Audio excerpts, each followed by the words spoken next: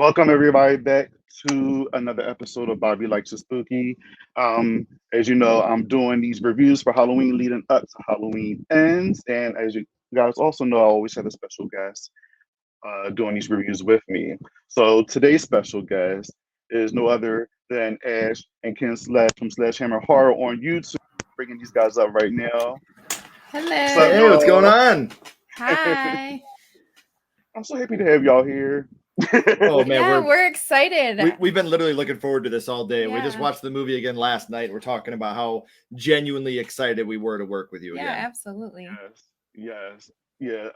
Halloween is, I mean, as you guys know, like my favorite horror franchise, and being as though this is going to be the last Michael Myers Halloween movie that we probably going to get, for a while, because I don't know where they're going to take the franchise after this one. So I said, you know what? Let me just go out with a bang and just review all these movies. I always had a plan to review these movies, but I said, you know what? Let me just get started this year since this is going to be the last movie in a while, and I would rather do it with people that I enjoy working with, and just love, just love overall. I should say, love as Yeah. people. And I don't care who hates the franchise, who loves the franchise. It's still an opinion that I value, just because we all have different opinions. It's more fun when sometimes we don't share the same opinions on stuff, So, Absolutely. If we all had the same opinion, these videos would be so boring. Yeah. So boring. So, like for Halloween H20, I will say we about to get into it, but I will say, the more I watch this film, I have fun with it, but I still notice more problems each time I watch this one. But we'll get into it when we talk about it. But before we get started, do you guys want to plug our socials and where y'all from and things like that? Yeah. So just you can find us on YouTube at youtube.com/SledgeHammer Horror, on Facebook and Instagram at SledgeHammer Horror, and then on Twitter at SledgeHammer Horror HOR. And come out and have fun and hang out with us. We'll have a great time with you. Absolutely. Yeah, it's always a fun time on the channel. Like, I don't know how y'all have the energy to keep doing these, but I love it. Y'all keep feeding us content, and I'm here for it. I couldn't stay for the whole trick or treat viewing the other day because I was at work, but I was like coming in and out, and I love Trick or Treat. I love that movie so much, so that's why I had to be there. But I was sneaking while I was at work, so I was like, "Damn, I can't even type anything." Cause I'm like, but I was there a little bit. We appreciate you. Yeah, we appreciate that you're there. Of course. But even y'all countdowns and just your theme rankings, it's just y'all always have such a great time, and it's always so much fun. And even though you have people that might have different opinions on the genre itself, it's still y'all still respectful. They're still respectful, and it's still a good time. Everybody values each other's opinions, and it's sometimes that's rare. I just think that it's so easy to be cruel and mean and a jerk. And it takes a lot of strength to be kind and sweet and loving. And I feel like we have a lot more kind and loving people in the horror community than than any other community. Like, they're just so like understanding, and if we don't like the same thing, they still understand why, and they still listen to your point. So yeah, it's the thing where it doesn't matter if you're black, white, gay, straight, Muslim, Christian. The minute that you want to talk about horror, the community loves you. Unless you like Michael Myers over Jason, then we might have an issue. But besides that, I'm about to get beat up right now. Issue with that. But no, it's just like, that's what I love about the horror community. I think because growing up, especially for a lot of us older gentlemen like myself, I'm not young like you two beautiful people anymore, but when I was a young horror fan, I was ostracized. I was a weirdo. I was a freak. And to actually have this avenue now with YouTube and podcasts and social media to reach out to other people and know that there are other people out there that feel the way us horror fans felt growing up, ostracized. And if you watched horror movies in March, you were weird. It was weird. You were going to be a serial killer when you grew up. Type thing. So these avenues, I think that's why horror fans are the sweetest, kindest people, because we respect each other, because we know what each other went through, and we know the bullying and all that shit happened enough. Let's just spread the love and kindness now. For sure. Yes, and I love that about y'all. And you're right. I do see a lot of that in the horror community now. I mean, don't get me wrong; it has its weird parts, you know. Mhm. But for the most part, since I've been doing this, I've been meeting so many awesome, amazing people, and even just Mhm. outside of horror, like I always say, I always bring you up, Ken, too. And I always say that I'm grateful for Ken because Ken sometimes just texts me and say, hey, just hope you have a great day. And it don't be nothing, it don't have to be about anything. Yeah. He just wishing me a great day. And I really, Right. really appreciate that because, you know, you never know what that does for somebody. And I Yes, genuinely exactly. consider that a friend. So my mom just didn't wake up one day. Mhm. You know, my mom passed away in her sleep. So I make it a habit to always at least, you know, text somebody that I haven't talked to in a couple of days and just, hey, want to check on you, see how you're doing, let you know there's someone out here if you need them, you know, because you never know when that day comes when you don't wake up. Right. So you can never make somebody's day bad by texting them saying, hey, how you doing? All you can do is brighten up their day if they're having a bad one. You're never going to have that, oh, I'm having such a good day. And then Ken texted me to ask if I was doing okay and ruined my whole day. You know, so if you could just text someone and say, hey, buddy, I was thinking about you, love you, hope you're having a great day. You never know if they really, really need it at that moment. Right. So that's something I try to make a genuine attempt to do as much as I can. yes. And I love that about you. You guys are amazing. And that positivity goes a long way and it's just going to keep spreading. And I'm just happy you guys are doing what y'all do.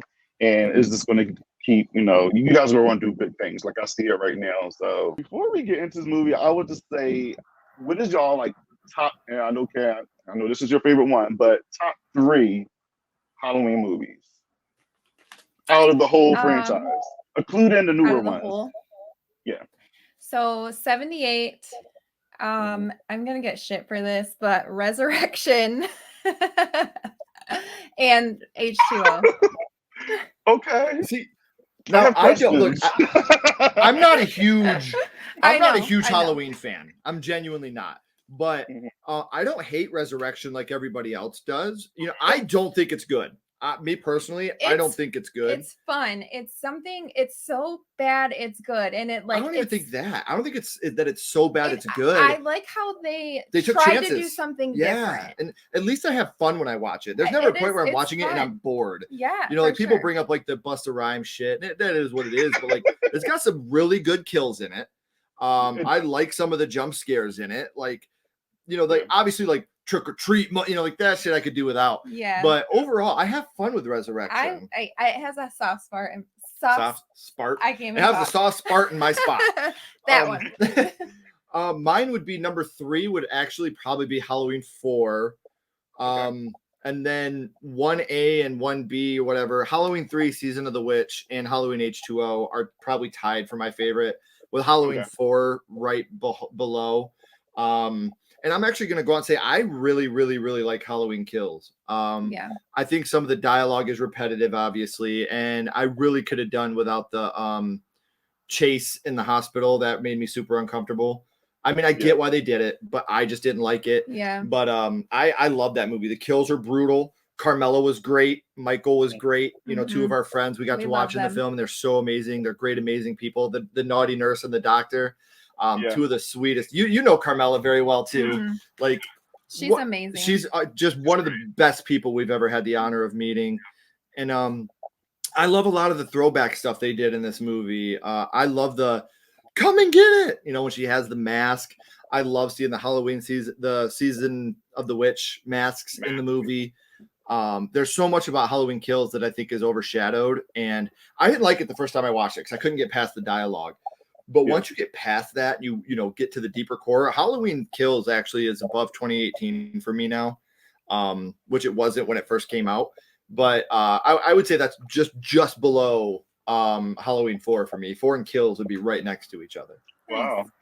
I feel the same way about Kills. A lot of people was coming at me last year about it because, yes, it's not a great movie. It's not a great movie at all. But I think it was just meant to be a fun slasher. Like that's why the plot wasn't it really wasn't a plot. It was just about Michael versus the town, where 2018 was more of Laurie's story. You got the shape coming back. But then then Halloween Kills was more of Michael's story and the town's story. That's why Laurie spent majority of the time inside the hospital. And I appreciate that. And like you said, the dialogue was so cringy. Like I the amount of times they say evil dies tonight, it was just like, oh my gosh.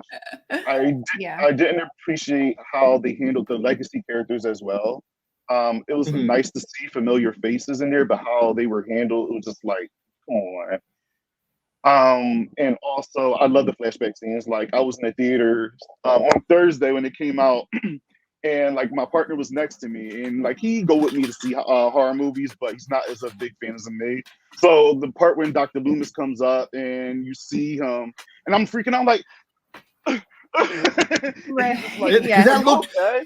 I said that looks. It- It's like they resurrected him from the dead to play this part They again. I did. You loved it. know? Yes, it was And amazing. I love that they did it practically. Oh, They did yeah. it with shadows and makeup. Like it looked so good. And has Michael killed again? Yeah, he Right. sounded like it. It It was was awesome. so- Yes, yeah. I love that too. I did too. I really I- did like that. I felt like, so we had to wait an extra year to get it, okay? And we were all like waiting for this and like put this movie up here. And I think that's why so many people gave it shit, is because, you know, they thought It could have never lived up to the expectations after waiting a year Yeah, due to COVID to see it. absolutely. And I think that, you know, just like if you guys don't remember because you spring chickens, but when The Empire Strikes Back came out, everybody hated it. Like that movie got so much. And then Return of the Jedi came out and they seen how it continued the story. And people went back, were like, man, The Empire Strikes Back is so good. Mhm. I think people are going to do that with Halloween Kills when Halloween Ends comes that. out. I said I that think when we're I going to go reviewed back it and last rewatch year. it and be like, oh, it makes so much more sense now. You know, like I really believe that's going to happen. Even after it ends, if they still think Halloween Kills is shit, I'll give it 5 to 10 years where they'll go back on it and say, you know what, that's not really much. It's not a horrible movie, you know, that I thought it was. It's like what you said though, Edge. It's just like being as though it was built in this anticipation because we have to wait an extra year because of COVID and things like that. And don't get me wrong, like it was some parts that let me down too, but I had more fun than anything. And even though I think 2018 is the better movie, I had more fun with Halloween Kills, and I'm probably going to watch Halloween Kills more than going back to 2018. Right. And that's just how I feel, and I can't wait for Halloween ends, so we'll see what that's going to give. I'm excited. You know, like I said, like I give a lot of people crap because I'm known as the guy that doesn't like Halloween. Like I like the Halloween franchise. I just give everybody crap because it's my wife's favorite. So I got to give her stuff for it. I mean, I own the soundtrack on cassette tape. I mean, I really genuinely like this franchise. I don't think it's a masterpiece by any stretch like a lot of people do.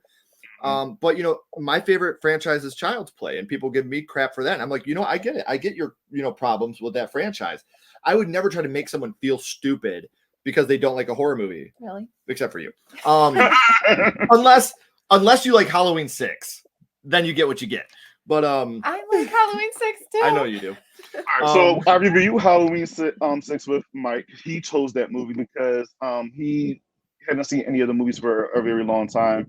And he said he likes Halloween 6 a lot because it is a divisive film. And when we talked about it, he brought up some good points on why he liked it and why he thinks it's kind of underrated. And I like the movie Can't wait to too for watch. the most part. I like the movie too for the most part. It's just that with Halloween 6, I feel like the cult could have the explanation of the cult could have been done better. My problem necessarily wasn't with the cult. It was just how it was handled. And that was the weird part to me. And then you bring in the incest with Michael and Jamie, and it is very convoluted and just a mess and just done poorly, and I didn't like it. But I will say Halloween 6 has one of the better, creepiest atmospheres. It actually feels like fall when you watch that movie. Yeah. And the It mask also has a whole lot of Paul Rudd going. Leave him alone. Leave Paul alone. I think that was his first movie, so Yeah, give him a break. He was still sexy. He's still cute. Yeah, he was good. I always said like, all right, because they said they were trying to get Paul Rudd to play Tommy in Halloween Kills, and I said I'd rather not have him on there if we was going to get that type of Tommy in Halloween Kills, because that was my problem with Halloween Kills too. I didn't like how Tommy was portrayed in that. It really pissed me off. So if Paul Rudd played that type of Tommy, you can keep it. I don't want him to come back for that. Yeah. But if they change some things up, cool. But then I'll also go back and forth like, all right, if you can bring Paul Rudd back as Tommy, then why not bring Danielle Harris back as Jamie Lloyd? Right. Because people saying, oh well, the timelines. Well, it's gonna be a confusion of the timeline too if you bring Paul Rudd back, because they're gonna be like, wait, isn't he on Halloween 6? But this is not connected to that. It's gonna be that confusion again. So for that, for all of that, y'all could have brought Danielle Harris back as Karen to play, you know, what's the name's daughter, Laurie's daughter.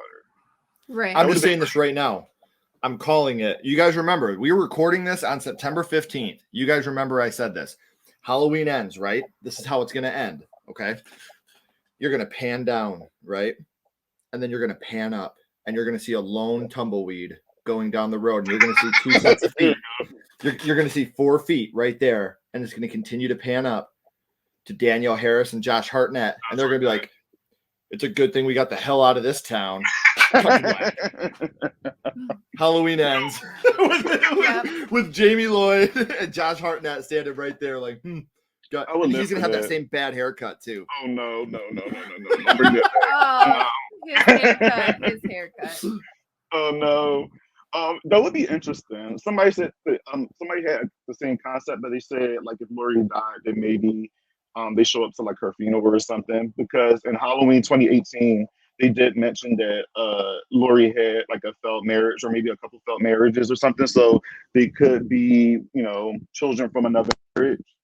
And we were just focused on Karen on, you know, this universe. So I mean, it's possible. And Danielle Harris did say on her podcast recently that she would love to reprise Jamie Lloyd if they were ever to do a continuation. And she had a concept and everything when I listened to her podcast. I said, okay, well, hopefully it happens for I you. see you, Danielle. Yeah, I would love that. The whole community would welcome her back. I mean, for sure. she was one of the best parts of the Rob Zombie movies. Oh yeah. Yeah. Oh yeah. Especially in part 2, like her performance in that. And even though that movie gets a lot of shit, I will say Danielle Harris' performance as Andy in her death scene was like emotional. Brad Dourif, for me, I was in Sheriff Brackett in that scene. Yes. Dude, tears every time. Yes. Every time. Yes. It was a lot. So, and I caught a lot of shit for liking that movie a lot when it first came out as well. But that's another story for a different day. I still like parts about that movie. And people be like, really? And it's just like, yeah, like there's a lot of things I hate about that movie, but there's a lot of things I like about the movie as well. But it's nowhere near my top 5. Yeah. So yeah. All right, so let's talk about Halloween H20. Oh my God. Right. All right, so I'm gonna read the plot. Halloween H20. Laurie Strode, now the dean of a Northern California private school with an assumed name, must battle the shape one last time as the life of her own son hangs in the balance. So I remember first watching this movie as a kid. Unfortunately, I see this in theaters. I watched this one on VHS, and I was just like so excited because I'm like, all right, I get to see, you know, Laurie Strode and Michael battle it out again. There's a connection to the first movie because, you know, we watched 4, 5, and 6, and you know, Jamie Lee Curtis was nowhere involved, you know, nowhere to be seen in that one. So to have her back was exciting for me, even at the age I was at that time. So watching it as a kid, I have a strong I had strong nostalgia for this one. I love it a lot, even though people have a lot of hate for it. I still have just like you said, Ash, like a soft spot in my heart for this movie. And even though the more I watch it, the more problems I find, but we'll get into that. But when was the first time y'all seen this movie? Like I said, I'm a geezer. Remember. I did see this in the movie theater. I remember because I didn't get into Halloween as a kid. Michael was always kind of boring to me. But this came out after 1996. And 1996 is when horror became cool. Yeah. You know, with Scream. And so a bunch of people I knew were going to see this in the movie theater. And I was like, wow, really? Like, it's really doing that, huh? And it was cool. You know, like, it wasn't like, oh, now horror's cool, so I don't like it. It wasn't like the punk rock feeling, you know, oh, they sold out. It was exciting. You know, wow, I get to go see this movie and not be weird, you know? And I remember seeing it with a bunch of people and just defending the hell out of it. I was like, come on. I had the kid from Jumanji, guys. Keep an open mind. Please. Right. Charlie was in Jumanji, man. not so fast, Sonny Jim. Like, come on, man, he's here. And he had a corkscrew. Let's go, man. So many people yeah, was like, every time I'm like, the kid from Jumanji, they're like, who? What? Who? I'm like, Little Island, Robin Williams character, the younger version. That's so awesome, man. Yeah, but like I genuinely defended this movie then. I will defend it now. Obviously, it's not perfect. There's definitely scenes that I would change up and things that I would do a little bit differently. Like have one mask and that's it. But yeah, the CGI mask. And the CGI mask is so bad. Oh, so yeah, bad. that's one. But yeah. I think that this movie, and please, again, I'm sorry for sounding such an old man, but of all the Halloween movies, this is probably the most hip. You know, like probably like the most cool of the Halloween franchise. Like it's very meta. Yeah, like with Scream. Like when Scream came out, it was cool. Right. You know, you had cool like at that time. I think that's why it is the way it is because of Scream. Oh, this is totally has a Scream influence. It's more of a Scream movie than it is a Halloween movie. In my opinion. That's why I like you said what I said. Yes, it's more of a Scream movie than a Halloween movie, but we'll talk about that as well. Go ahead. Right, but it's one of those things where it came out and you were just like, wow, they took a huge chance. And what I love about this is, you know, Scream, when Scream came out, it was more of a love story to John Carpenter as, you know, Michael Myers and Victor Miller's Jason Voorhees. You hear Jason Voorhees and Michael Myers get mentioned in the first 10 minutes of Scream. Mm-hmm. So then you have, you know, Halloween, which was created by John Carpenter, obviously, going back and referencing Scream and even watching Scream 2 in the movie. Right. You know, like these amazing people in the horror community, rather than ignoring each other or talking bad about each other, it wasn't a rap battle. You know, like they weren't talking down on each other. They were honoring each other. Mm-hmm. And I think that's another thing that Halloween H20 did that I was like, wow. You know, there's a lot of love letters to the horror genre in this movie. Like you said, we'll talk about. Yeah. But chef's kiss, man. The way they did it, beautiful. Whether it's the homages to Psycho or, you know, there's so many different ones in this movie that we could talk about, which we will talk about. I personally believe there's a huge Friday the 13th Part 4 reference in this movie. I would love to hear that. I would love to hear that.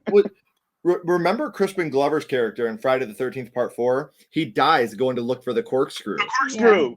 Yes. Yeah. And then in this movie, you have Charlie going to look for the corkscrew and getting his throat cut with like the corkscrew. Very, very deeply. Very jagged and like we pointed out, we paused. I was like, that looks so good.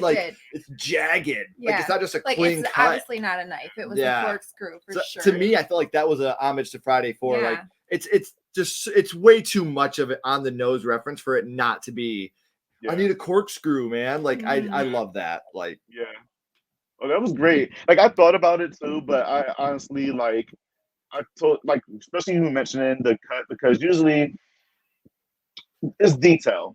Like that was detail where you said it was jagged, because normally anybody else would probably think, oh, let's just do a slash. They won't notice the difference. Yeah. But for the fact that you said you see that it looked like it was done by a corkscrew, that's really, really, really dope. And that scene with Crispin Glover, I mean, chef's kiss. Like, and think about it. Right after that, you have the girl, Charlie's girlfriend, when they find her dead. That's a total Drew Barrymore from Scream Death. When she's, her insides are on her outsides, when she's hanging in the closet. Like, and look at the cover of Halloween H20 right there behind us. Tell me that's not Scream influenced with everybody on the cover like that. Like, it's amazing. Yeah. It's so amazing. The floating heads. They call it the floating heads because the 90s and early aughts, they did that with their covers. Like I Know What You Did Last Summer, the Scream. And Scream started that. And that's what I would say too.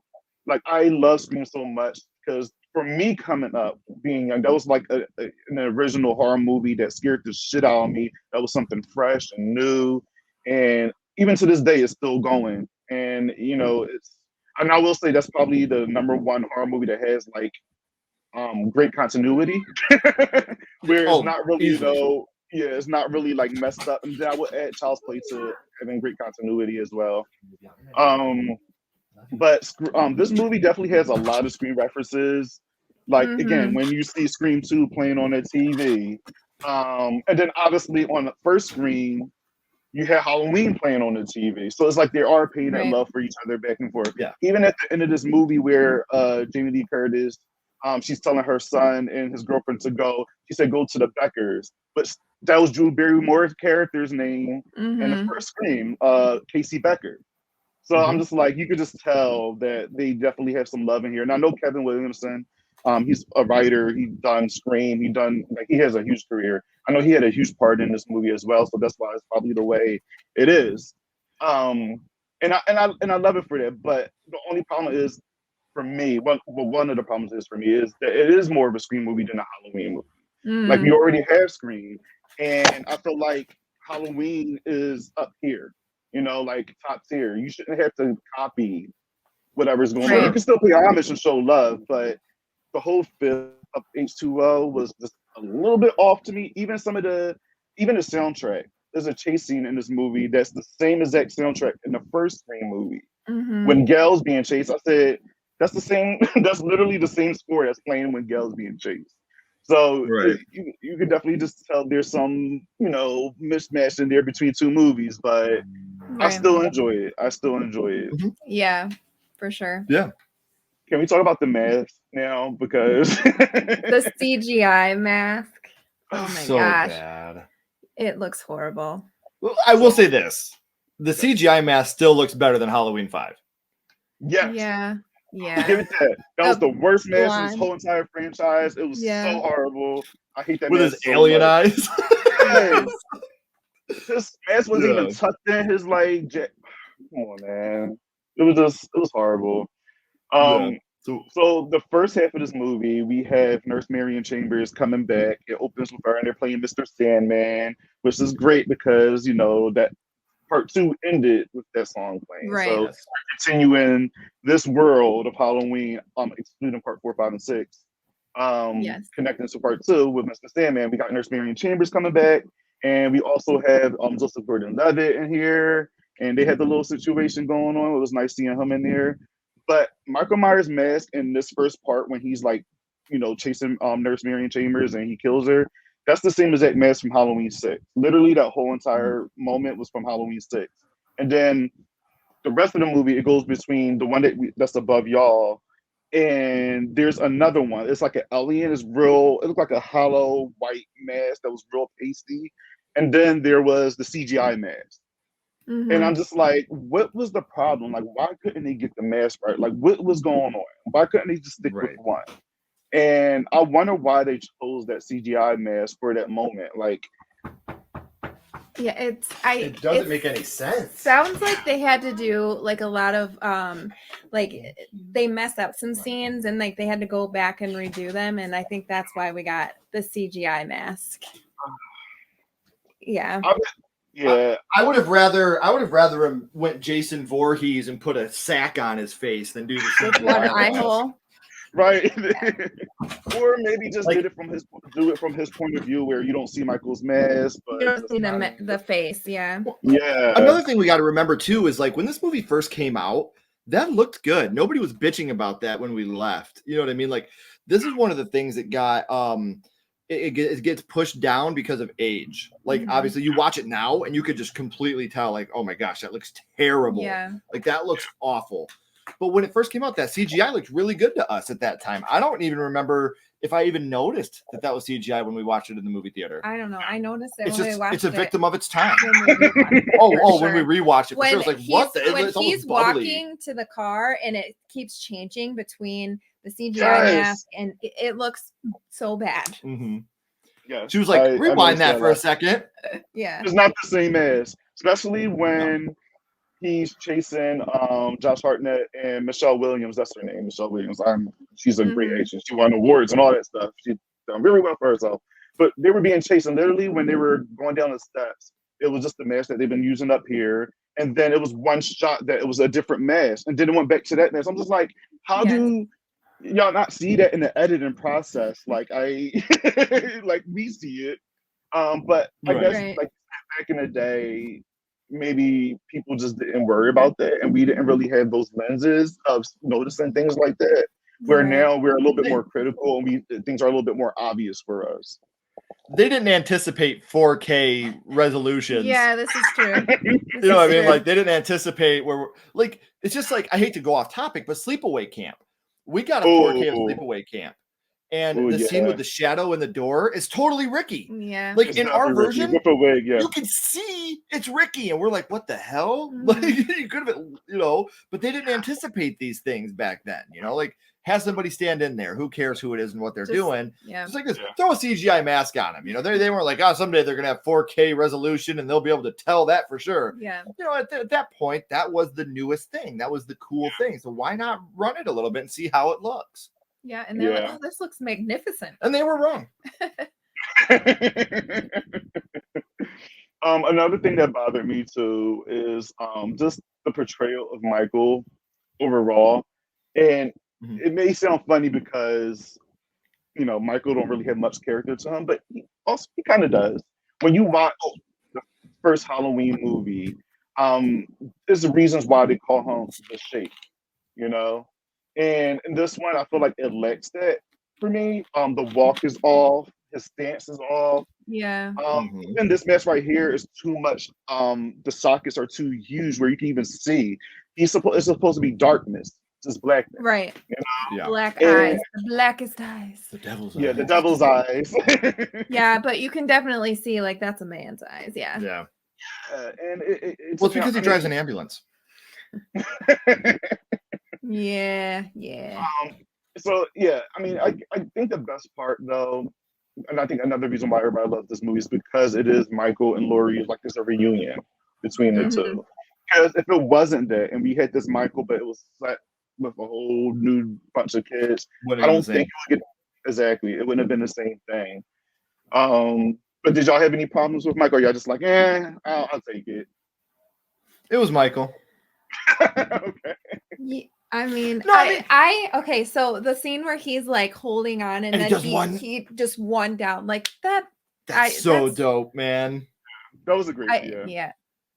But there's a lot of what Michael does in this movie that I really like. I'll say real quick, we're talking about good things. I want to talk about something bad real quick because this is something that I really don't like in this movie. Joseph Gordon-Levitt's death with the ice skate in the face. Listen, my complaint about Michael Myers. What's my complaint about Michael Myers? That he's just stabby, and he's not creative with his kills. He has an awesome kill on Joseph Gordon-Levitt, and we just see the aftermath of it. Yeah, I would have loved to have seen him do that. It would have been nice to see it, but he still made that kill. So awesome. You have to admit that I would have loved to see him attack him with that ice skate and get him in the face with it. It looks good, Oh my gosh, that would have been that was my biggest complaint, and I know that doesn't seem like a big complaint to a lot of people. That seems minute, but to me that's huge. As somebody that goes in looking for creativity of the kills, I think that's why I've always been more with Freddy Krueger and Chucky, because they're very creative with their kills. They have fun with their kills.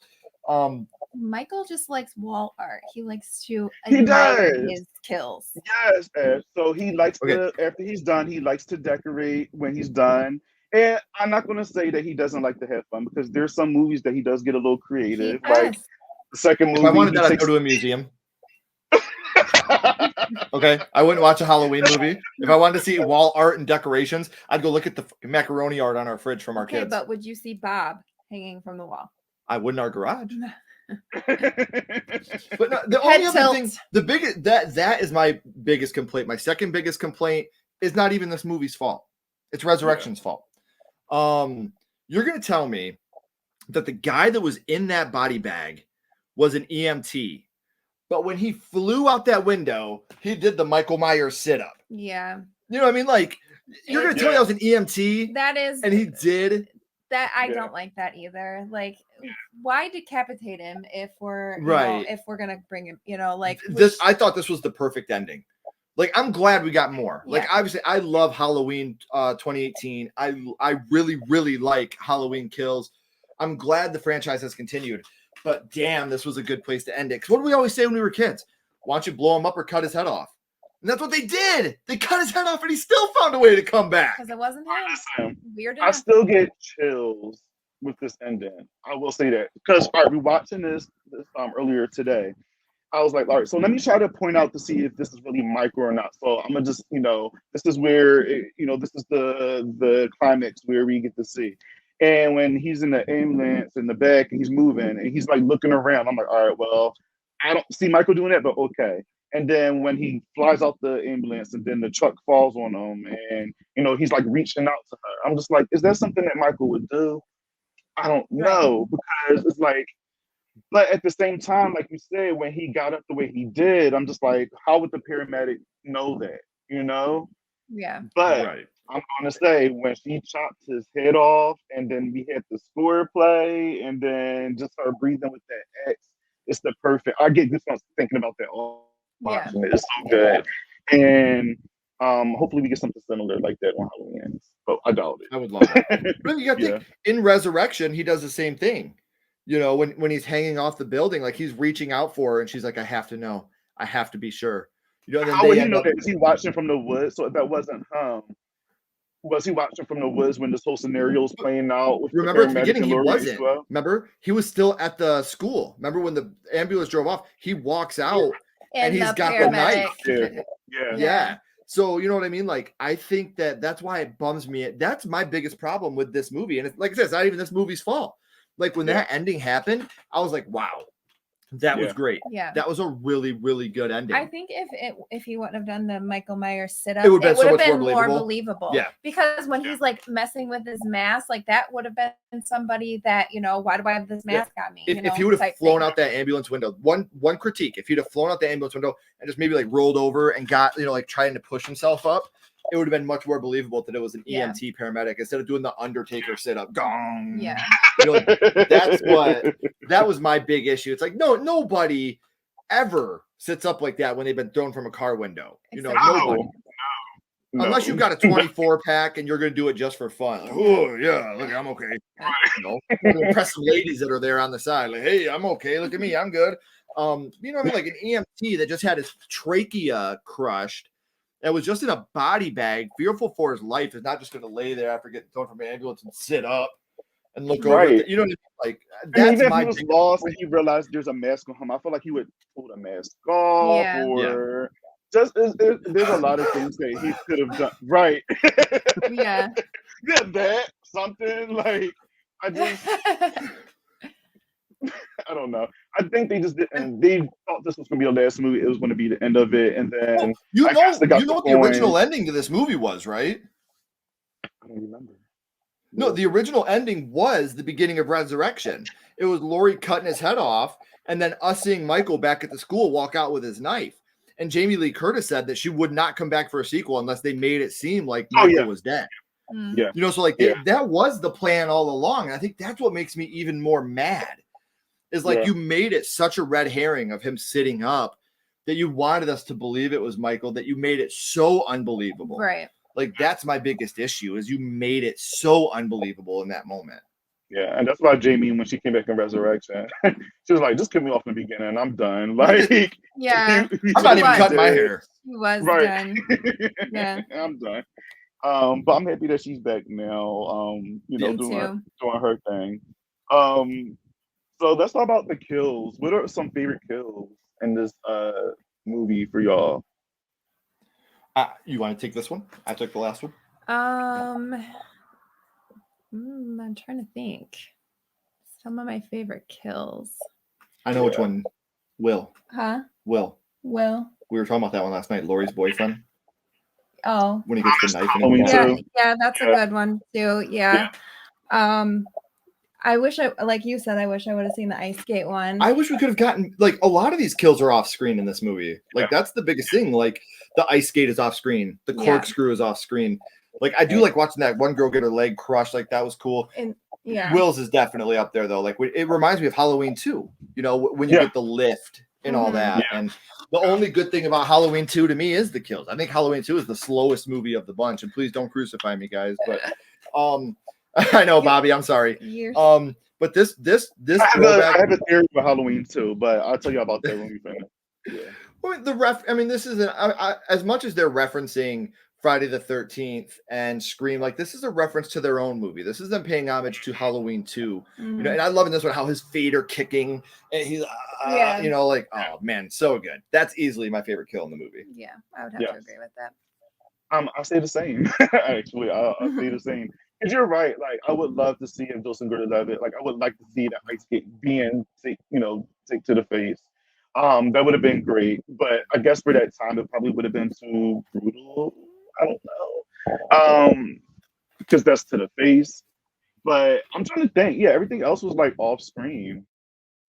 So I would probably have to say the same thing. I was scared for LL Cool J when I first seen this movie though, because I was like, why he gotta die like that? And if he's gonna have to die in a horror movie, then he should be killed by the hands of Michael Myers, not just shot Yeah. with a gun and then he falls to the floor. But I know he does have in his contract that in his horror movies he cannot die, so it makes sense why they brought him back to life at the end, and he just had to break on the bullet just grazed them. Hmm. I mean, like he does talk about voluptuous melon His breasts. his smut writing. It's hilarious. See, like, I wish, like, genuinely, because like everybody's like, oh, Busta Rhymes is a rapper. I don't care. Like LL Cool J is a rapper, but he had a great part in this movie because his role made sense. You know, he was that guy that wanted to be cool to the college kids, but he still wanted to impress his wife. You know, he wanted to do the right thing by everybody, and I think that character is so underdeveloped in a lot of horror movies. But in this movie, you genuinely feel for LL Cool J. Like you laugh with him when he's talking about the voluptuous melon breasts, you know, and then like when he gets in trouble for letting them out. Yeah, when he gives him the really, bro, right, really, you know, like you feel, and then when he gets shot, and then the excitement you feel at the end when he's talking to her on the phone again, you know, like it's just like I love a romantic thriller. Yeah, I'm sorry. I love LL Cool J's character in this movie. I genuinely think it's one of the best parts of the movie. He is how you could bring in a musician. It doesn't have to, you know, a rapper, rocker, whatever. How you can bring a musician into your film and do them the right way. Yeah, you know. Well, his humor lands. I think it's funny. Totally. Yeah, it does. It was natural, and I loved it. And even to this day, because you know how you watch some movies and jokes don't always land, or they don't age well when you watch them, like a little later. But like watching this, like I still laugh. I still was like goofy, and it was still hilarious to me. Even in Deep Blue Sea, I like this character in Deep Blue Sea. He was great in that as well. All right, so we talked about El Cool J. We talked about John Burnett's hair, even though he had the same hair. You want to talk about your favorite scene? I like the rest stop scene, okay, where the mom and the little girl are in the bathroom and they have that. Yes. And you see, like, from her point of view, Michael, and he steals her purse, you know, and she's just like freaking, like, she just wants to make sure her daughter's okay. Like, I love that scene. I think it's awesome. Yeah. I mean, I know it's only just for him to steal her really old-fashioned car, but it's still, I think that scene's really good. I love that scene. Yeah, I was scared of that scene. I watched it because the young age that I was watching, I was like, I didn't know if Michael was going to attack the mom or the daughter, and they were in two separate stalls. So I was like, well, maybe he was going to like do something to the little girl. Like I was frightened. And it's a very suspenseful scene, especially like when she she sees that he grabs the bag, and that was terrifying because I feel like this scene is more realistic than anything. Because just imagine your kid just out there and there's some stranger coming there and just doing it just to steal your car. Yeah. Like that's terrifying, you know? So it was done very well. Her point of view. Yeah. This scene shows that Michael is on a mission. Yeah. He doesn't just kill people just to kill people. You know, like he's on a mission. He has something that he needs to do. His car has a flat tire now, so he has to get a new car so he can get to Lori. Like, I love this scene too. And I know, listen, I get it. The scene is everywhere. But my favorite scene in this whole movie is that one right there. That is where they're in the window. Yeah, that's so cool. And they both see each other. Oh my God. Yeah. I right now I got little emo goosebumps. Every time. Like, dude, that scene, like the first time I seen that in a trailer, like that's what sold me on this movie. Yeah. Was that scene in the trailer. I was like, oh, that's awesome. That looks so good. True reunion right there. Because throughout the movie she's been having visions, or she was seeing him and not seeing him. But this is when she knew for a fact that he was still alive, and they were face to face. And she knew this was go time. She's like, all right, here we go. And I'm thinking about it now too. And then like after the whole chase scene and she tell her kids to go off and after her boyfriend's been killed, I just like the fact that Lori, even though she's traumatized, she's no longer running. She's just like, you know what, fuck this after this person that, fucked me up, 20 years ago. So after she like smashes the alarm thing on the door, the lock or whatever, she's like, none of us is leaving up out of here. Yeah. And she gets the Yeah. X and she's just like looking for him. And then just like that whole lead up of her just walking with the X and just looking for him. So good, so good. And then them just going back That and fight. forth. The fight is The just fight scene. so dope. Yeah. That's good. Like I keep saying, Yes. so good. Well, let me ask you a question, Bobby. Who is the more believable Jamie Lee Curtis? Do you believe that she would be more like? You think this is more believable than 2018? Yes, and that was my biggest problem with 2018 because I feel like with this one, yes, she talked about her trauma. She had that scene where she was in a cafe with her boyfriend talking about she tried everything like therapy, group therapy, meditation, all different types of stuff. And he was I a feel total like, dick at that scene too. When they're kissing, and he's like, "That's sucky." I know. Like, you douchebag. Like that's the only thing you could say. Ashley was like, "I would kill you if you did that to me." right. He was trash. But yes, like I feel like this Lori is more believable because it just wasn't overly done. Like I feel like in 2018, like again, I can't tell somebody how they should act or respond to traumatic things that happen to them, So this is probably her way of handling it, building stuff, bars on her windows and getting a whole bunch of shotguns and being super overprotective. That's her way of handling it. But for me, the more believable version is H20. But 2018 is it's not horrible, but it's just like, come on, Laura, you really doing all of that. And then at the end of 2018, she didn't use half the shit that she did. I mean, she built fighting Michael. She got thrown over the balcony. All she did was just blew up the house, and that was really it. She didn't use any of her guns. She didn't use it was like underwhelming. And I mean, I know there's see about that. Like they have to delete, not delete, but they have to do reshoots because there was like a battle scene between them two in 2018, but it didn't test well, so they had to reshoot some things, and that's the scene that we got now.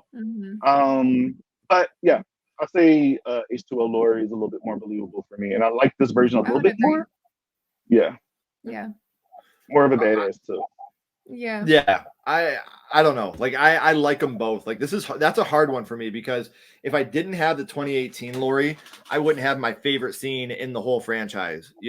With Karen, I can't do it. Gotcha. Yeah, that's my favorite scene in this whole franchise. Like that to me, like was just such an amazing scene. But this one, I agree with you. I think if you went through this big of a traumatic experience at 17 years old, you'd be more likely to relocate, change your name, start a new life. And especially, not like take it out on your kid either, because you see how Karen and her, they were, estranged pretty much because of all. I think it would make you closer. Yeah. So like either way, she's going to be super overprotective, like she was with Karen, like she was in this movie with John. Like she is a super overprotective mom. Yeah. But in this one, she still has that lovingness to her. Right. She's not, making him hide and stuff when he's just a little kid type. Well, I mean, we didn't see any of that, but she just relocated and tried to give him a normal life. Carrie Tate, like completely changed. I feel like as a young lady of 17 years old that went through a traumatic experience like that, I feel like that's more logistically believable to me. Yeah. But I love them both. Like I will say, even though Lori's died like 7 times in this franchise, he is so amazing. Like Jamie Lee Curtis is just such a perfect role for her. Like she's such a powerful woman, and I love seeing her in these roles because she can nail the I'm in hiding, I'm scared, I'm nervous. She can nail the okay, mother, now it's badass. On. Yeah, let's do this. Or she can nail the sloppy, drunk, scared grandma at the dinner party. Like everything she does to me is gold. I love Jamie Lee Curtis. I think that she is one of the reasons that this movie did so well. She completely came back, agree. so. Yeah, 100%. I 100% agree. Like I said, if she wasn't in this movie and it was somebody else, it probably wouldn't have done as well. I did watch some clips today. Like I'm trying to stay far away from Halloween Ends spoilers because people are assholes and they just tweet stuff. I even I know a couple people that's like, you want to know this? You want to know this? I'm just like, no, leave me alone. Like, No, I haven't even watched the second trailer. Yeah, I didn't even. I watched the first like, trailer and I said, that's it. Yeah. Yep. I won't watch them because I feel like that was Halloween Kills. The biggest thing is they showed the firefighter massacre in the trailer, and that was one of the coolest scenes in the movie. And I would have loved to have seen that blind. Yeah. There was a lot of things at Halloween Kills that they showed in the trailer that was predictable because fans is going to put things together. Like, unfortunately, I knew our girl Carmela was going to die because it was in the trailer. If you pay attention, it was in the trailer. Unfortunately, I just didn't know how. But and she has one of the. I told her, like, you have one of the most controversial deaths, I should say, because she has one of the most badass deaths. Yes. Like, her death was a badass's death. Like, she went out trying to do the right thing, man. Like, Carmela, I love you, and you did the right thing in that film, and I can't wait to see more of what you do. Absolutely. Yes, I can't wait either. Michael too. Michael's mother did such a one thing I will say about them too. Like, I wanted to see more of their characters in the movie because I like their banter together. I like their relationship together. Don't mind my dog, sorry y'all. And I just feel like they were just like a good couple that I want to keep seeing more of. But I mean, unfortunately, they had to go because it's Halloween Kills and everybody dies in Halloween Kills. Yeah, we need a spin-off with just those two, where at the very end, Michael has his stethoscope. Like, that's how it, like, he found his stethoscope, he kept his stethoscope, and everything turned out good. Right. Because in 2018, he mentions that he left his stethoscope in the house, and then in Kills, he can never keep track of that thing. Right.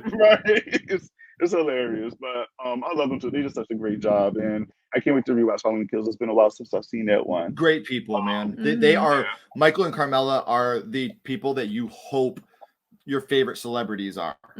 They are those people that when you are going to meet someone in line at a con, you are hoping that they are the type of people that Michael and Carmela are. Absolutely. Yes.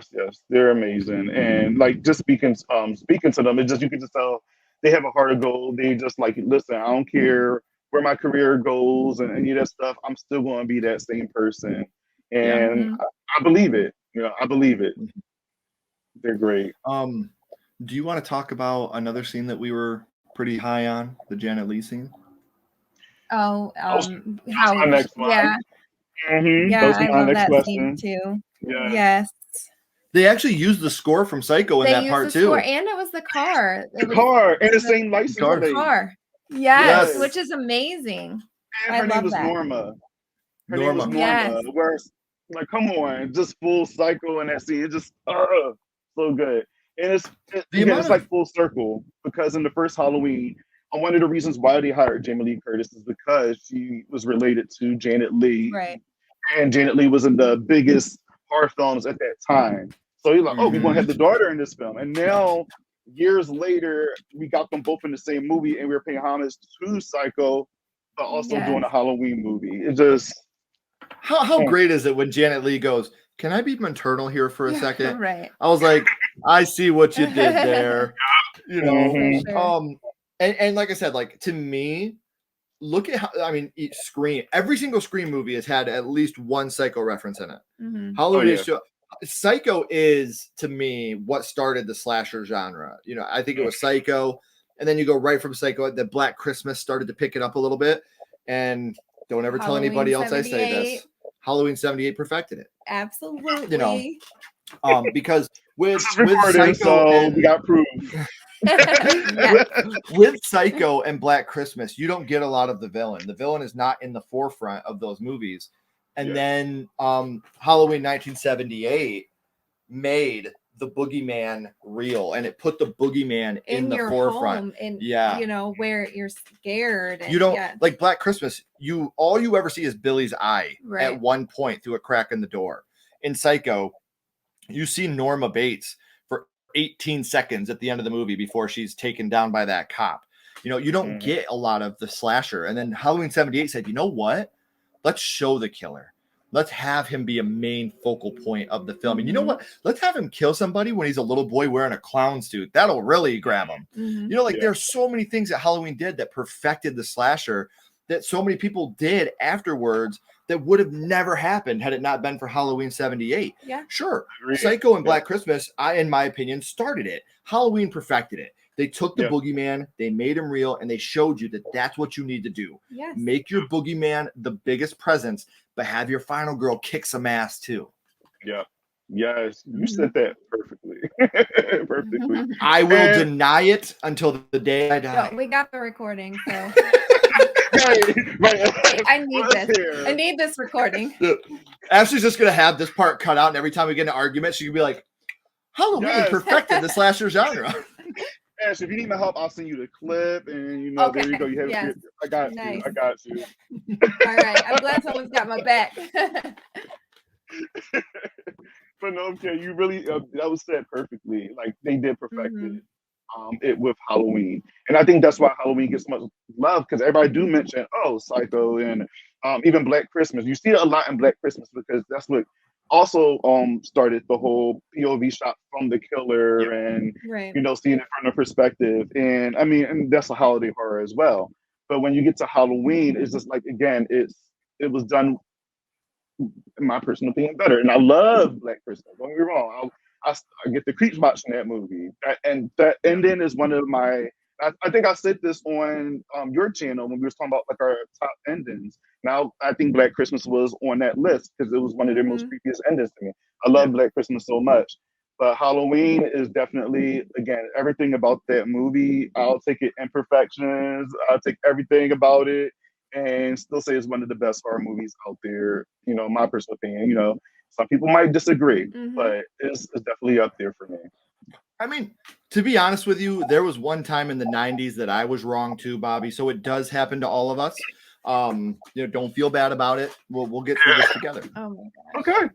Okay. Listen, I love you some Child's Play. I had a Chucky doll. I do have and I got another Chucky doll right here. And I can't wait for the new show that's coming out. By the time this is out, it should be out now actually. So I'm excited for it.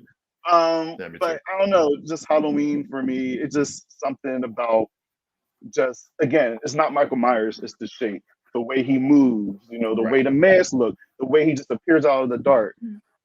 John Carpenter put his whole ass into that score, that whole movie, and it was also an independent crew that did everything that they could do to make this movie, you know? And it went through a lot to become as big as it is now.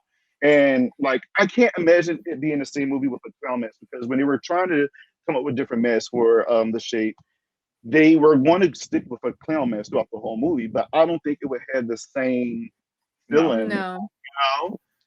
It's like, how can you have certain scenes with, like, I can't sit there and see Tommy Doyle looking out the window and Michael Myers just sitting there with a clown mask. It's like, I don't like clowns. Right. Yeah. You know how many memes this isn't Pennywise. Like, The scene in part 5 would make a lot more sense. You know, bum, bum, bum, bum, bum, bum, bum. With the cops. That would make more sense. So horrible. But I agree with you because the reason that the shape to me is so scary is because the mask is nothing. It's blank. Yeah. You know, the eyes has are no black. emotion. He There's doesn't no talk. emotion. There's nothing. Yeah. A clown to me, you know, like Art the Clown is a perfect example. He has his charisma. Pennywise. Yeah, you got to him. have a bit of a charisma to you. To have him, like you said, as a clown, it wouldn't work. It just would not work. This movie, in my opinion, I have the same opinion as you. It would have fallen flat. It would have. If you'd have had him as a colorful clown, that doesn't work. Not, as a little boy, that's different. You know, because that it wouldn't make as much. Like, look at Halloween, Rob Zombie's Halloween, when the little boy puts that mask on. It looks so silly. Stupid. Yeah. But to have him have that metamorphosis and to have just a pale blank, that's literally his face. Even without the mask, it's just a pale blank face with black eyes, you know? Yep. And you know that William Shatner throughout the 70s, hey, where were you on Halloween night? It wasn't me, okay? Gosh, it was not me, guys. Shit. I get it. He looks like me. I've never been to Haddonfield. I don't know what you guys are talking about. I've never once been to Illinois in my life. You're ridiculous. You're ridiculous. beat me up, Scotty. Yeah, I just think that honestly, like, I love Jason's hockey mask. I love it. I think it's iconic. But even though I prefer Jason to Michael, I think that Michael's mask is the most iconic mask in horror. I will always die on the hill that Chucky is the most iconic horror villain. People that don't watch horror know Chucky. They know who Chucky is. People that don't watch horror, they mix up Michael and Jason. Yeah. You know, which is blasphemous earlier. Yeah, did y'all see that clip? It came out, I think, when Jamie Lee Curtis and the direct David Gordon Green was promoting in 2018, and he said, how did it feel when he put that hockey mask back on? And Jamie Lee Curtis was like, wrong movie. That's so cool. Right. I would be so embarrassed if I was that person. It's like that's like us doing that. Know. It's like, what? Like my heart would just drop. I'm like, you know what? Like, that would be like me. That would be like me interviewing the Backstreet Boys and being like, so what's it going to feel like when you get back on that stage and tell everybody bye, bye, bye? Yeah, no kidding. It's like you should have at least done your research a right. little bit, and this is just, like not even as a horror bit. fan, just like as somebody that prides themselves on doing interviews, I do so much background work before I interview somebody because I want to know everything about them because I don't want to disrespect that person. Yeah. I find out their pronouns. I find, everything I can possibly do to make that person comfortable and make sure that the conversation is going to be all about them and they're going to be proud of everything I do. Like, I feel embarrassed for that person because, like, you know how embarrassed they probably were. Journalistic integrity goes out the window at that point. Right. Like, you couldn't even do enough research to know what movie you were going to be talking about. That's sad. That's really a bummer. As someone that prides themselves on their interviewing skills, that's something I'm very proud of. Right. And to watch someone fall like that, it sucks. Like, you never want to see another human being fail. Yeah. And to see that to me is like watching that guy do the splits when he's skateboarding and hit his nuts on the pole. I'm like, I don't want that hurts. I don't want to watch that. That hurts me. Like, that's how I feel watching that clip. It makes you cringe. Yeah, for sure. I definitely cringed rewatching it. And I said it would have been bad regardless of whoever was in the movie, but you also did it in front of Jamie Lee Curtis. Right. Which is Queen, like Final Girl, you did it in front of her. And it would have been even better. She was like, wrong movie. And he was like, oh, sorry. I'm so sorry. What did it feel like when he put that glove back on and said, welcome to prime time? You know what I mean? Like, that would have been ultimate thing. If I was Jamie Lee, I'd be like, you know what? This is over. Here. Just walk away. Right. I'm done here. As he's walking away, he's going to be like, I'm sorry. What was it like when he was like, Ade Dewey Dembella? Was it crazy? That's horrible. Every horror movie ever. Except for Halloween. Except for Halloween. Did you steal his gold? Not Leprechaun. Not Leprechaun, no. Nobody knows that. Oh gosh. All right. Well, we're at the end of this. So before we go, what would you rate Halloween H2O out of, I guess, 5 jack-o'-lanterns? I would rate it a 4 out of 5. There is some issues with it that we've already talked about, but still it's fun. And I also have a special place in my heart for this one. Watching it with my family and stuff. So yeah, 4 for sure. You're a lot more generous than me with your rankings. I know. and because I love everything. And I'm gonna give this a 4. Oh. I love what this movie did. This movie took something that it knew when to swing and when to dodge. And with Scream coming out and this coming out on the heels of that, it knew to be it's a Halloween, Scream-a-ween. Yeah. It knew to do that, but to still make us scared of the boogeyman. And it has some of my favorite imagery in all of Halloween, seeing it move out to the West Coast. I do like how they took him out of Haddonfield. They did try something different. Yes. Yeah. And it's a movie that I can go back and revisit at any time and not be like, I don't know if I want to watch this tonight. Anytime someone's like, what Halloween movie do you want to watch? H2O or Season of the Witch are the ones that come out of my mouth first. And again, this isn't a bash at any of the other Halloween movies. I just hold this one in a higher regard because this is when horror to me was starting to become cool for everybody else. Mhm. So I wasn't the weirdo anymore. So movies like this, Scream, I Know What You Did Last Summer, Urban Legend, Valentine, like these movies will always be special to me because they made horror cool at a time where I was 10 years old when Scream came out. So I was about 12 or 13 when this came out. So it was right at that influential age where you're really trying to impress your peers. Right. And so that's why I think this movie, I was the cool guy for once. I knew these things. I knew about horror movies. I wasn't just that freak that liked punk rock and horror movies anymore. I kind of had my finger on the pulse for a little bit. So this movie will always be super special to me for that. So I can look past its flaws because of the nostalgia feeling I get when I watch it. Mm-hmm. I love that. I love that. You say you were 10, so you're not that much older than me. You make it seem like you're an old man. Listen, you're aging like wine, and I'm aging like crab apples. Okay. You were 10 when this came out? I was 10 when Scream came out. Oh, I was like, you weren't 10 when I was 10 when it came out. Oh, here we go. This came out way later. I was 10. No, I wasn't even 10. I was only 9, actually. That's what I deal with every day. I'll wake up in the morning and be like, God, my back hurts. She'll be like, you want me to rub some Bengay on it, old man? I'm sorry we went so off topic with a lot of this, Bobby, man, but no, it's it's been okay. so long Listen, since we hung out you with know you. me Like, well. I just... No, same here. Like, if you know me well enough, I tend to go off the rails. I tend to start talking about something different or bring up references. So that's typical Bobby. So that's perfect. I don't mind. Right. I just want to let you know that this has been something we've been looking forward to for a long time. And it's just really, really nice to see your face again and have a conversation with you. I always smile every time that we do these things together. Yes. So it really means a lot to Ashley and I that you invited us on here, and we got, we've been married for 17 years. So for us to still be able to spend time together and make amazing friends like you and be able to do this, it means more to us than we could ever put into words. So we love you, and we thank you so much for letting us be on here with you for a while. Thank you. This was so much fun. No, of course. Again, you were the first people I thought about while doing this, and I just felt like I had to return a favor because I've always been on SledgeHammer Horror.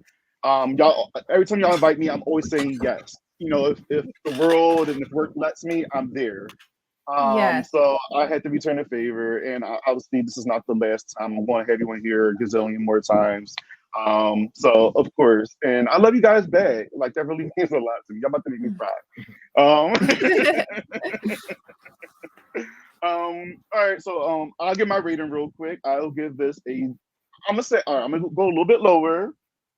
I'm going to give this I'll say a 3. Even though, again, I did see Halloween way before this. I didn't see either one of them in the theaters, but I always had, like, Halloween is just like, that was it for me. But H20 was, again, like, there was excitement there for that movie, watching it. But despite all its flaws, I still, like you, Ken, I still kind of like I had it on the high horse. It's definitely in my top 5 in this franchise, because there's some movies in this franchise that just like shouldn't have happened. But H20 is definitely in the top 5. And like you also said, I can actually turn this on anytime. It's not like sometimes I have to be in a certain mood to watch certain things, but H20 I don't have to be in the mood. There's a network called Pluto TV where it's like a different streaming channel, and they got 2 horror movie channels. One is called Horror Channel, and then there's the Thriller Channel. And literally they were playing H20 like every other hour. And every time it was on, I just had it playing in the background, cleaning, doing whatever. So I guess you could say it's a comfort film if you think about it. For me, this is weird, but back in the day, that might be weird because, like, you guys, as a kid, I was considered a weirdo for liking horror. So, they was like, oh, well, you still, like, why are you watching this now? It's not October. It's not Halloween. Why are you watching this? Right. It was like me and my cousins that would every weekend would get together and watch horror movies. But like, I would constantly think about it and talk about it and watch them. And I was considered a weirdo for that. Even to this day, like, there are certain people, they won't say I'm a weirdo, but they'll give me a side eye, like, We literally like 2 weeks ago, I had a guy because I wear my horror shirts to work, and this guy was like, "Why do you watch horror all the time?" And my literal response was, "Because I have class, you yokel." Like that was my response to him. Yeah. Like, dude, because it's amazing. And like one thing that really bothers Ashley and I both is when horror fans attack people during spooky season. Like, oh, horror's cool now, right? No, man. Let them know. Yeah. Come on, man. Cool Guess whenever. what? If you think it's cool now, wait until you see Black Christmas and Krampus in December. Yeah. You know what I mean? Like, we invite them Krampus in, man. On Christmas Day every year is Krampus, man. Yeah, Maybe eventually we'll get to Black Christmas, but I feel like Chloe's still a little too young for that. Yeah. But Krampus, I feel like we watched Black Christmas after she went to bed last year. We did. On Christmas, yeah. But it's just like, welcome them into the community. Yeah, horror is a lot of fun in October, but I'm telling you, it's so much more fun in January when nobody else is watching it and you're still getting scared out of your pants on my birthday, January 10th. Yeah. Come on, Capricorn. I get made fun of all the time at work, like because I like scary movies and I'm constantly talking about them, and I don't connect with some people, and they don't understand why I like. We it. talk about horror movies like other people talk about politics. Yeah. I would rather talk about horror movies than politics. Same. It's more fun. That's the real horror movie. Yeah, for sure. Oh yeah, we want to get away from that as much as we can. Yes. As best as we can, but yeah, like again, I love horror movies. Obviously, this is why we're doing this. This is why we create the platforms that we have and things like that. And I make so many friends, even outside of doing YouTube, like at work. And we can connect talking about our favorite horror movies. But it's funny that you say that because even people that's not really into horror and they'll watch it annually once a year during spooky season. What I like to do is I do that. I say, oh well, maybe around Christmas time, maybe check this out. You might like it. I'll also say, well, what type of movies do you like? And I ask them questions because I'm like, you know what? Maybe I can find something in the horror genre that's close to something that you may enjoy.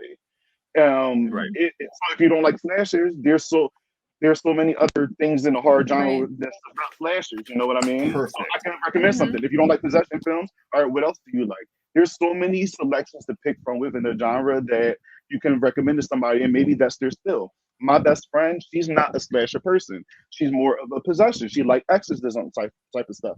So every time a new Exorcist movie come out or anything with that concept, I give to her. I'm like, here, check this out. She's a film footage person too. She loves film footage films. That's her thing. She loves those type of movies. She don't like slashers. She don't like torture type movies like Saw and stuff. So she likes horror, but she sticks with those type of films, and she films something that she loves. I just picture you talking to someone, and be like, "So what are you into?" They're like, "Comedy." You're like, "Well, I know a horror comedy. I have seven great sites to show you." That's literally me, and I get excited. I'm like, oh, all right. So I'll pull up, my list and stuff, And what's even worse is I'm that guy that like I'll watch horror movies with people, and I'm that guy that's like, wait, just watch this part. Yeah. Watch this part. Yeah. I stared at him the whole time, like, are you gonna react? Let me see their reaction. He does that to me too, and I'm like, I don't think I can watch any more than I already am. Like, I'm literally. I do. I'm like, babe, you gotta pay attention. She's like, yeah. No, I did that with my partner because I made him watch Hereditary for the first time, and even though Hereditary is a slow burn, but I was just like looking at him the whole time and certain reactions, especially the scene where the character when she was having she was choking and then the beheading. Yeah. So I'm gonna just watch to see his reaction. And literally, like, he was doing this the whole entire time. Even like 3 or 4 or 5 minutes after, he was still like this because he couldn't believe what happened in the after the fact, just to see. It's like you live your reaction through them. Yes. Yeah. We just got to meet her. Millie Shapiro. Yeah. We just got to meet her. She was at a convention recently, right? Yes. But I've always said that was us together. That was our best movie theater experience. We went in opening night blind to watch that movie. And dude, I can't even explain it, man. Just the amount at that scene, everybody in the room going, yeah. Dude, like you could hear, I mean, it sounds so cliche. You could hear a pin drop, dude. Like the whole, like, again, emo goosebumps right now. Like the whole crowd, like you felt the wind come out of everybody. And it's just like, it reminded, the only other time I've had a movie theater experience like that was Saw. Yeah. When John Kramer got up at the end and the whole crowd was, you know, but like this Hereditary was just like, nobody knew anything. The trailers for Hereditary were so like, I don't even know if I want to watch this. Yeah. And then you see it and you're like, wow. Happy I did see it. Yeah. Yeah, it's very up there for me. And after the movie, he couldn't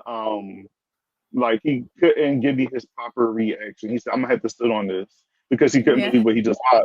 I said, well, positive, negative. He was like, there was some negatives, but he said for the most part, he was like, I couldn't believe it. Because he said, I've never seen anything like that before.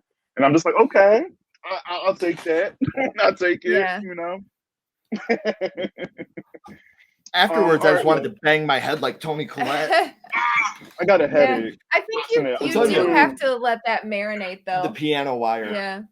Yeah, that's the part that got, I mean, the beheading scene, and then also that part with the wire, just hearing it. Just, I think for me, the most powerful part of that movie, and it doesn't get talked about enough, is when she's doing the banging the head, and the son's like, please, Mom, I'm sorry. I'm so sorry. Like, that to me is so sad. Right. Yeah. Like, he's going through this shit too, you know, and he's hiding it well. But I don't like this, Mom. Please stop. Please, I'm sorry. Like, that part to me is sad, dude. Like, that rocked me the first time I seen it. For sure. And their relationship was already kind of like rocky too, because of like what happened, and just experiencing past trauma with with her trying to like kill him because she was sleepwalking. So there's just so much that was building between just them two. So I felt that scene as well.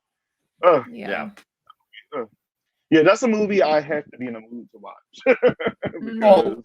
I think we've seen it twice. But it's so dark and depressing that you like you said, you have to be in that frame of mind. I can't just put that movie on and watch it. Like I have to be in that frame of mind. We've seen it like I said, we've seen it in the theaters, and we watched it when we bought the Blu-ray, and I've been like, I don't have to watch that again. It's very, very, very good, but gosh darn is it sad. Yeah. The only time I watch it is again if I'm showing it to somebody, or if I'm going to review it, or it's going to be talking about. But other than that, I don't think I'll watch it just to put it on, because like you said, it's pretty dark. Definitely not a comfort movie. No, definitely not. Well, all right, y'all. This is it. Thanks again for coming on. I appreciate y'all. This was so much fun. Spooky season, and I can't. What are y'all doing? What are y'all doing for this month, October? Well, October, the very beginning of the month, we will be in Salem. Yes. We're taking a trip to Salem at the beginning of the month. And exciting. Then we always have annual Halloween party at our house every year with friends and family. And October 14th, my feature film debut will be premiering in movie theaters, select theaters. Yeah. I'm going up against some schmuck named Michael Myers and Halloween Ends. I'm ready to see how I do in ticket sales compared to him. And then shortly after that, in November, it'll be on Amazon Prime, so everybody will get the chance to check it out. It's in select theaters throughout October. And then, so October's a pretty Bride of Killer Pinata. Okay. Killer Pinata is on Amazon Prime right now. This is the sequel. And I will tell you this. I have the best part in this movie. Okay, I'm ready. Am I wrong? You do.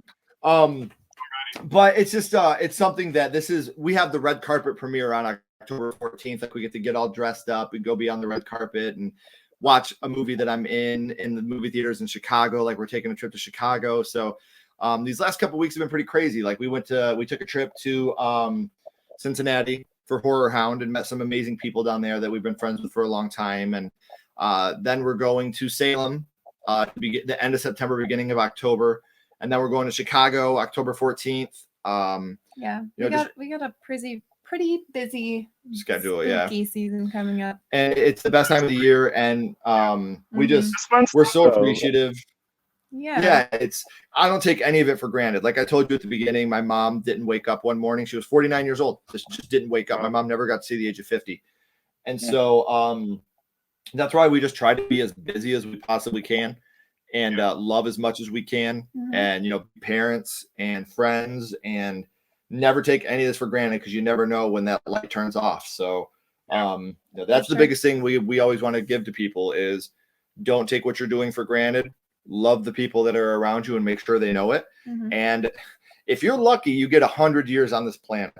Don't Yeah. spend any of that short amount of time miserable or not being yourself or unhappy.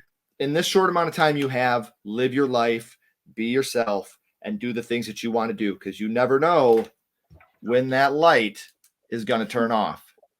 So Don't turn the light make off yet. sure make sure to just love and be as amazing of a person as you can possibly be. It's very nice to be important, but it's more important to be nice. So For sure.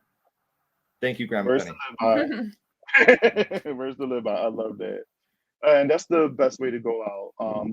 Thank you. Thanks again, y'all, for being on. I really, really appreciate y'all. Thank you. Say that time after time. And I look forward to seeing you in the movie. That's exciting. Yes. Thank you. And yes, I can't wait. And that's the end of the show, y'all. One more time, plug our socials, and then we can get up out of here. You go ahead. You can find us on YouTube at youtube.com/SledgeHammer Horror, and then Instagram and Facebook at SledgeHammer Horror, and Twitter at SledgeHammer Horror HOR. Yes. Follow my people. Follow them, please, and subscribe to their content on YouTube. And I promise it's always a good time. There's always a fun time. And you got it here on this video, y'all. You got it here. These are some amazing people here, and you're gonna get that on their YouTube show. They're great. I can't. You just got it. That's all I can say. Thanks again, everybody, for watching this. And this is day 7 of Halloween. Countdown to Halloween ends, and tomorrow will be Halloween Resurrection with another guest. So stay tuned for that. Yes, we'll talk about that movie. I know. I'm excited. I'm excited to hear this one. Yeah. Yeah. I like to hear others' opinions on Resurrection for sure. It might not get too much hate from me, but you'll see. You'll see. Thanks everybody for watching. Don't forget to like, subscribe to the channel, show some love, and to my people here and to myself. And I'll see you next time. Bye. Bye. Bye, guys.